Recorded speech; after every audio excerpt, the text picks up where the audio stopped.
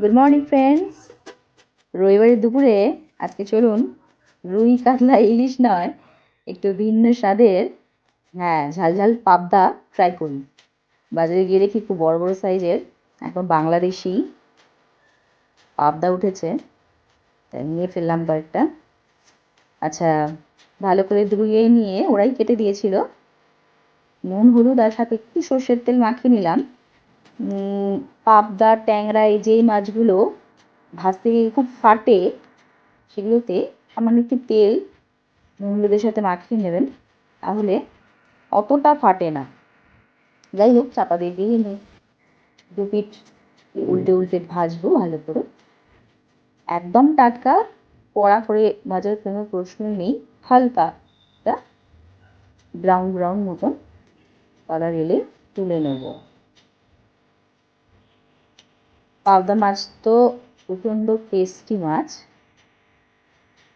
এটা বিভিন্ন রকমভাবে করা যায়। প্রথম আমি খেয়েছিলাম আমার এক বান্ধবীর কাছে, ধনে পাতা দিয়ে করেছিল। লিপিকে অনেক ধন্যবাদ, সে রান্নাটা পরে ওর কাছ থেকে শিখে নিয়েছিলাম।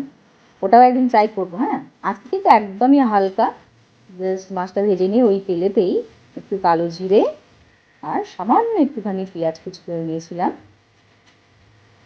একটুখানি ভেজে নেব।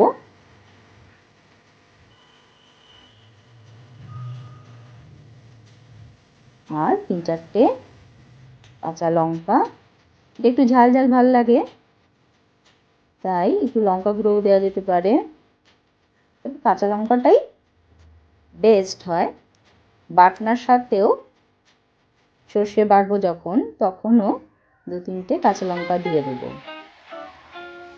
তবে ঝালটা তো একেবারেই ব্যক্তিগত, যে যেমন ঝাল খান সেরকমই দেবেন। আমাদের পেঁয়াজটা ভাজা হয়ে এসছে দেখুন, এতে সামান্য একটুখানি হলুদ আর একটুখানি নুন, ব্যাস বাটনাটা দিয়ে দেবো।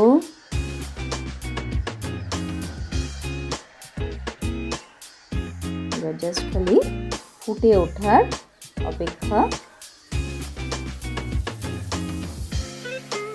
ফুটে গেছে,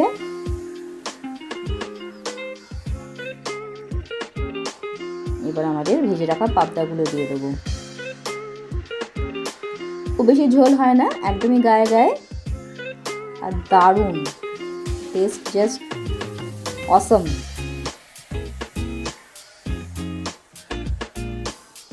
উপর থেকে একটু ধনে পাতা কুচো করে দিয়ে দেবো, ফ্লেভারটা ভালো হয়। অবশ্যই বাড়িতে ট্রাই করুন আর আমাকে জানান কেমন লাগছে আপনাদের নীলাঞ্জনার লাঞ্চ বক্স।